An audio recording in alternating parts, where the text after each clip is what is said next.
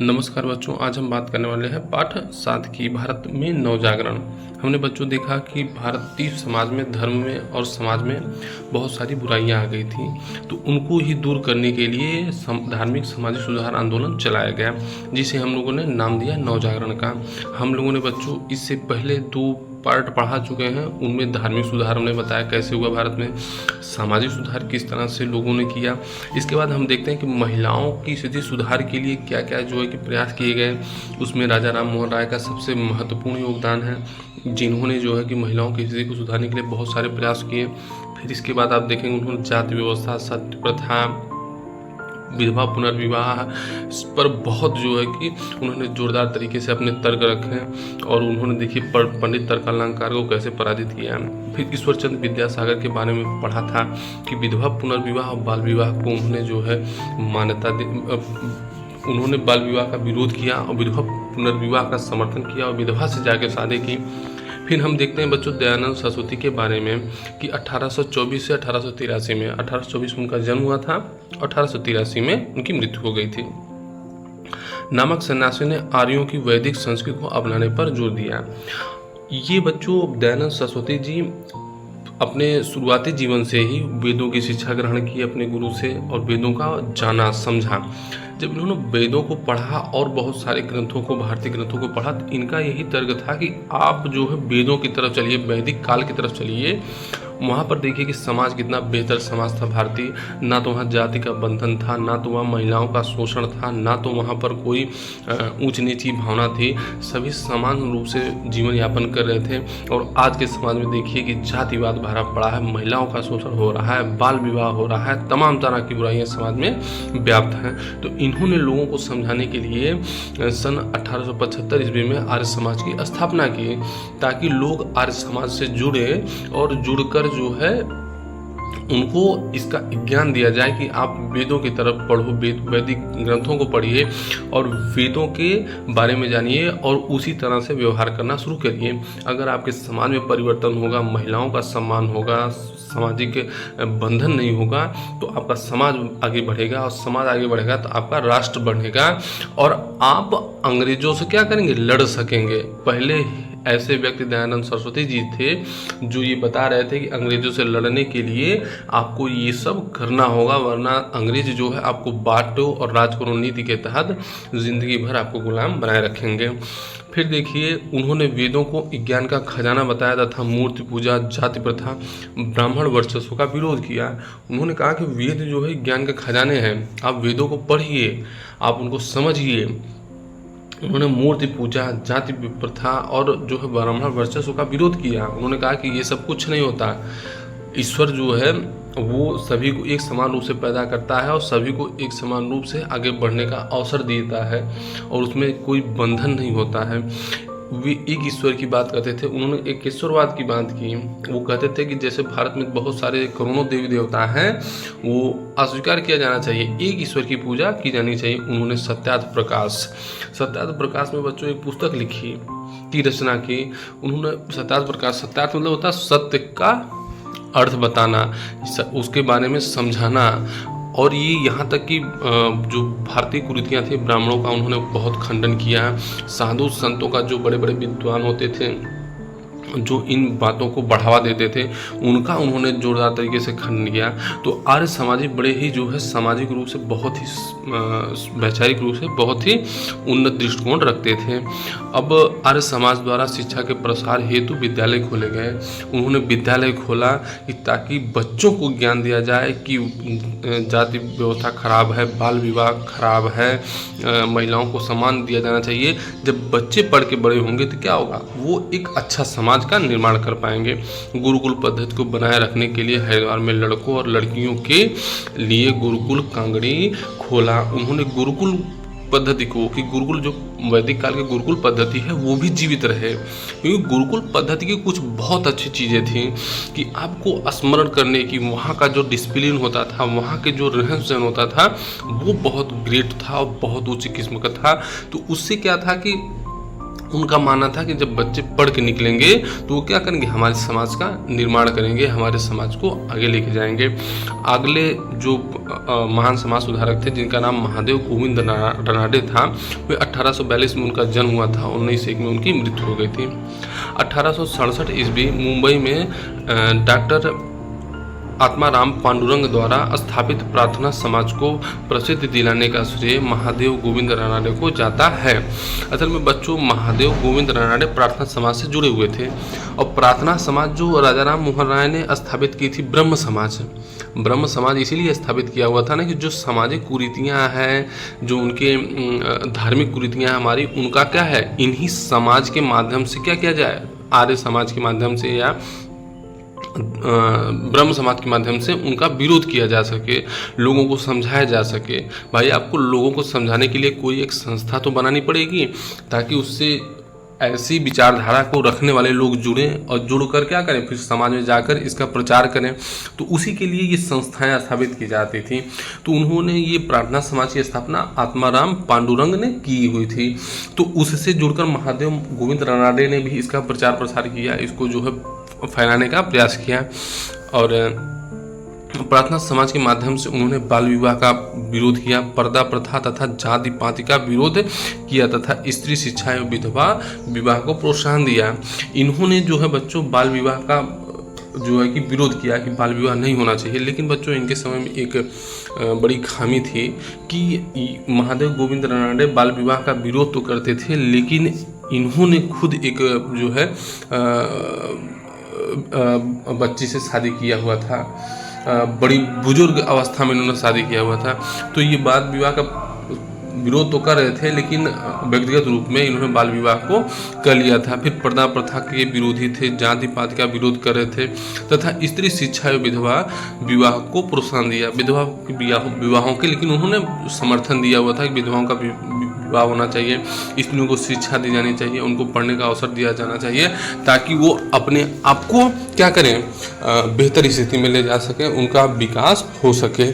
आगे हम बच्चों देखते हैं रामकृष्ण परमहंस को, जिनका जन्म 1834 में हुआ था और मृत्यु इनकी 1886 ईस्वी में हुई। यही बच्चों रामकृष्ण परमहंस जो है, यही जो है कि किसके गुरु थे, स्वामी विवेकानंद जी के गुरु थे। इनका क्या योगदान था, काफ़ी महत्वपूर्ण योगदान था। ये भी एक ईश्वर की उपासना में विश्वास करते थे तथा पश्चिमी संस्कृति की अपेक्षा भारतीय संस्कृति को उत्तम बताते थे। इनका ये मानना था कि पश्चिमी जो संस्कृति है वो है तो ठीक, तर्क वितर्क कर रही है, बढ़िया है, लेकिन वो भारतीय संस्कृति से बेहतर नहीं है, क्योंकि ये सब मानते थे कि आध्यात्मिक रूप में हम बहुत आगे हैं। आध्यात्मिक रूप वास्तव में भारत अध्यात्म में बहुत आगे है। आप मथुरा में चले जाइए, ऐसा लगता है कि जो है विदेशियों से पूरा पटा पड़ा है मथुरा। आप चले जाइए सारनाथ चले जाइए, विदेशियों से पटा पड़ा है, क्योंकि यहाँ का अध्यात्म, यहाँ के जो आध्यात्मिक बातें हैं वो लोगों को सुकून देती हैं, लोगों को आत्मा को ठंडक देती हैं कि वो इस भौतिकता और ये दुनिया में भाग दौड़ में हर किसी को जो है कि कुछ ना कुछ पाना है, हर किसी को कुछ ना कुछ लूटपाट करनी है, हर किसी को कुछ ना करना है, झूठ बोलना है। तो उससे जो मुक्ति मिलती है या कह लिए उससे छुटकारा, जब आप मथुरा वगैरह में जाएंगे तो मंदिरों में बहुत शांति मिलेगी, लगता है कि हाँ कहीं जो है कि अच्छी जगह आ गए हैं। तो इन्होंने कहा कि भारतीय जो संस्कृति है वो श्रेष्ठ है, वो उसकी तुलना जो है हम यूरोपीय संस्कृति से नहीं कर सकते हैं। तो इन्होंने इनका कहा कि भाई भारतीय संस्कृति जब श्रेष्ठ है तो इसे अपनाया जाना चाहिए। अब हम अगले जो सबसे युवा और सबसे मतलब युवा सुधारक के रूप में जानते हैं, जिनका नाम स्वामी विवेकानंद था। गजब का इनका व्यक्तित्व था और गजब का इनका जो है संवाद करने की जो कौशल था वो था। लेकिन कहते हैं कि जो बहुत अच्छा होता है, जो बहुत जो समझदार होता है, जो बहुत ज्ञानी होता है, उसकी उम्र भगवान बहुत कम उम्र की बनाता है उनको। कहता है आप जाइए, इतने दिन आपको रह के आना है, या अगर ज़्यादा दिन तक आप रह जाएंगे तो समाज में बहुत लंबा परिवर्तन कर देंगे। तो देखते हैं स्वामी विवेकानंद जी को। रामकृष्ण परमहंस के शिष्य थे। बताते हैं कि ये रामकृष्ण परमहंस इसको दौड़ा लेते थे, कहते थे कि आओ हम तुम्हें जो है बचपन में हम तुम्हें शिक्षा देंगे, दीक्षा देंगे, तुम जो इतना बढ़िया बोलते हो, तुम्हें हमको भगवान नज़र आता है, और तुम जो है कि अगर लोगों को समझाओगे, लोगों को बताओगे तो लोग तुम्हारी बात मानेंगे और तुम क्या होगा, तुम समाज सुधार के अग्रणी अगुवा बन सकते हो। उन्होंने सन 1896 में रामकृष्ण मिशन की स्थापना की और सन 1893 में शिकागो में विश्व धार्मिक संसद के हिंदुत्व की बात रखी। पहले ऐसे व्यक्ति थे, शिकागो धर्म सम्मेलन हुआ, लोगों ने जो है कि देखा एक वो गिरुआ वस्त्र पहने हुए है, एक लड़का आया हुआ है और जो भारतीय संस्कृति के बारे में बात कर रहा है। लोग दंग रह गए थे। बताते हैं कि जैसे उन्होंने भाषण शुरू किया, ऐसा तालियां गड़गड़ाना स्टार्ट की कि 10-20 मिनट तक तालियां बंद ही नहीं हुई। गजब का इनका व्यक्तित्व था। तो इन्होंने अपने हिंदुत्व की बात की कि जो आप ईसाई की बात कर रहे हैं ये फलाना ठिकाना, लेकिन हिंदुत्व एक ऐसा धर्म है जिसमें इतनी सहिष्णुता है, इतना जो है कि उसमें सहन करने की क्षमता है कि आज भारत में मुस्लिम आक्रमण हुआ, ईसाई आक्रमण हो रहा है और सारे आक्रमण हुए, लेकिन आज भी हिंदू धर्म उसी तरह से प्रवाहमान है, आगे बढ़ रहा है। वरना अगर कोई और दूसरा धर्म होता तो वो अब तक क्या होता, निस्त नाबूद हो चुका होता।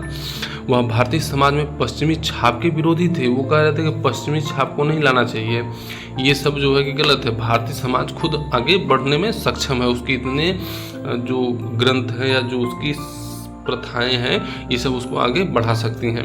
वे गर्व से कहते थे कि मैं भारतीय हूँ तथा प्रत्येक भारतीय मेरा भाई है। वे अंधविश्वास तथा अस्पृश्यता के विरोधी थे।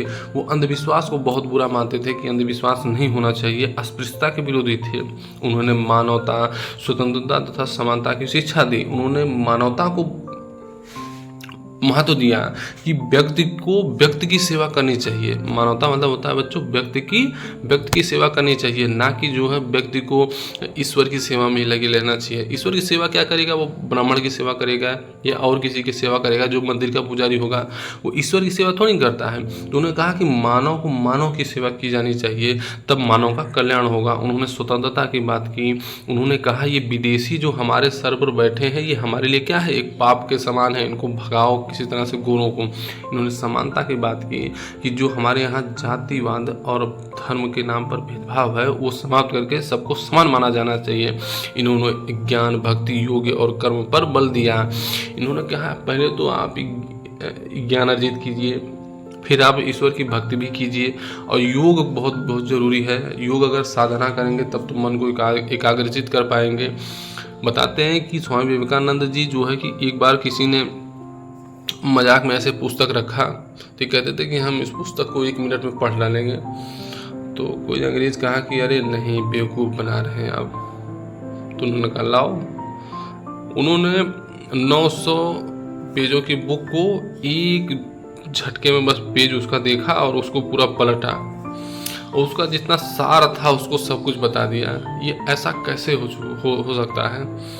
ऐसा इसलिए हो सकता है कि बच्चों, जो व्यक्ति योग करता है उसकी बौद्धिक क्षमता बहुत हाई होती है, बहुत वैचारिक रूप में जो है संपन्न होता है। तो उन्होंने उस पर अपना, इंद्रियों पर अपना कंट्रोल किया हुआ था और इस तरह से आप देखेंगे कि उन्होंने उस पुस्तक को पढ़ लिया। फिर आप देखिए कर्म पर विशेष बल। उन्होंने कर्म पर बहुत बल दिया कि बच्चा मूर्ति पूजा मत करो, कर्म पर ध्यान दो। अगर कर्म अच्छा होगा तो ईश्वर अच्छा आपके लिए सोचेगा, अगर कर्म आपके बुरे होंगे तो आपको नरक जरूर मिलेगा। उन्होंने वैज्ञानिक सोच को महत्व दिया। उन्होंने कहा कि तर्क करिए, जो काम हो रहा है वो सही है या गलत है उस पर तर्क करिए। अंधों की तरह उसको मान मत लीजिए कि हाँ सही है। अब देखिए हिंदू धर्म में जितने सुधारक हुए, मुस्लिम धर्म में भी बहुत सामाजिक सुधारक हुए। सर सैयद अहमद खां 1817 से 1898 ईस्वी तक। सर सैयद अहमद खां बड़े ही वैचारिक रूप से उन्नत व्यक्ति थे। मुस्लिमों में भले से ही अब पिछड़ापन था, जो सामाजिक कुर्तियाँ बहुत घुस गई थी, लेकिन कुछ बहुत अच्छे लोग भी थे जिन्होंने उनमें समाज सुधार करने की बात की। में साइंटिफिक सोसाइटी विज्ञान समिति की स्थापना की। उन्होंने कहा कि भाई तुम विज्ञान समिति ये सोचो, विचारो, चीज़ों को चिंतन करो, तर्क के आधार पर अगर वो सही बैठ रही हैं तब उसको मानो, वरना अंधों की तरह बात मत स्वीकार करो। ये पश्चिमी शिक्षा के पक्षधर थे, क्योंकि सर सैयद अहमद खां पश्चिमी शिक्षा मतलब यूरोपीय शिक्षा है, यूरोपीय विज्ञान, यूरोपीय इतिहास, यूरोपीय दर्शन, इसके पक्षधर थे। वो कहते थे इनको जानो, इनको समझो, ये आपको जो है कि वैचारिक रूप से ताकतवर बनाएंगी। उन्होंने मुसलमानों के लिए अंग्रेजी शिक्षा की वकालत की और पश्चिमी विज्ञान पढ़ने और आधुनिक विचारों को अपनाने की बात की। उन्होंने कहा कि एग्जाम मुसलमानों, तुम्हारा कल्याण तभी होगा अगर अंग्रेजी आप अगर नहीं जानोगे तो आप क्या हो जाएगा, समाज में पीछे रह जाओगे। आज भी देखिए कि मुस्लिम समाज कितना पीछे रहता है, उसको भागकर कहाँ जाना पड़ता है, सऊदी अरब या मुंबई जाके जीवन यापन करना पड़ता है। फिर उन्होंने शिक्षा की वकालत की कि तुम शिक्षित बनो। आज भी देखो कि बहुत मुस्लिम लड़के जो है अशिक्षा ही रह जाते हैं, कम उम्र में चले जाते हैं कमाने, जबकि उनको शिक्षा प्राप्त करनी चाहिए, पढ़ना चाहिए। आधुनिक विचारों को अपनाने की बात की। उन्होंने कहा कि आधुनिक विचार भी आप लोग अपनाइए। वे मुसलमानों में पर्दा प्रथा, बहुविवाह, असमान तलाक व्यवस्था के विरुद्ध थे। वो कह रहे थे महिलाओं में जो पर्दा प्रथा है ये उनके शोषण का एक तरीका है। बहुविवाह के जो है कि जो एक मर्द 10 औरतों को रखता था उसके भी विरोधी थे वो, और आसान तलाक, जिसे तलाक के बिद्दत बोलते थे, उसके भी विरोधी थे। इन्होंने कहा कि ये नहीं होना चाहिए, ये सब स्त्रियों के शोषण के तरीके हैं, इससे स्त्रियों का शोषण होता है और समाज हमारा पीछे रह जाता है। उन्होंने मुसलमानों के लिए अलीगढ़ में एंग्लो ओरिएंटल विद्यालय खोले। कहते हैं विद्यालय ही एक ऐसा माध्यम है जो बच्चों को, जो नई आने वाली पीढ़ी है उसको शिक्षा देगा। जैसा शिक्षा आप देंगे, कहते हैं जैसा बीज बोएंगे वैसी फसल काटेंगे। अगर अच्छी शिक्षा देंगे तो अच्छा जो है समाज बनेगा, और बुरी शिक्षा देंगे तो बुरा समाज बनेगा। यही बाद में अलीगढ़ मुस्लिम विश्वविद्यालय के नाम से विकसित हुआ, और यही अलीगढ़ मुस्लिम विश्वविद्यालय, आज जो अलीगढ़ विश्वविद्यालय है वही पहले एंग्लो ओरिएंटल विद्यालय के नाम से जाना जाता था। अब देखिए अगले समाज सुधारक हमारे हैं पारसी सुधार आंदोलन। आपने दादा भाई नौरोजी का नाम सुना हुआ, जो हमारे समझिए कि राष्ट्रीय आंदोलन के मुख्य आधारकर्ता थे। इन्होंने ही राष्ट्रीय आंदोलन को आगे बढ़ाया था। वो भी समाज सुधार, वो पारसी समाज से आते थे, तो पारसी समाज में सुधारने की इन्होंने बात की। दादा भाई नौरोजी ने पारसियों में सामाजिक बुराइयां एवं धार्मिक अंधविश्वासों को दूर किया। उन्होंने कहा कि ये सब जो अंधविश्वास आपके यहाँ फैला हुआ है या सामाजिक बुराइयां हैं, ये पारसी समाज को पीछे ले जा रहे हैं, तो आप इनको सुधारिए। और सुधार के क्या है, आप समाज को आगे बढ़ाइए। उन्होंने पारसी समुदाय को आधुनिक शिक्षा, आधुनिक भारतीय समाज के अनुरूप बनाने का प्रयास किया। उन्होंने कहा कि पारसी समाज पीछे क्यों रहे, उसमें भी आगे बढ़ने की इच्छा है, आगे जाने की इच्छा है, तो उसको भी आगे बढ़ने का अवसर दिया जाना चाहिए। तो इस तरह से आप देखेंगे बच्चों, हमने हिंदू समाज सुधारकों की बात की, मुस्लिम समाज सुधारक की बात की और पारसी समाज सुधारक की बात की। अब बच्चों कल पढ़ाएंगे हम दलित जातियों के समाज सुधारकों को। नमस्कार।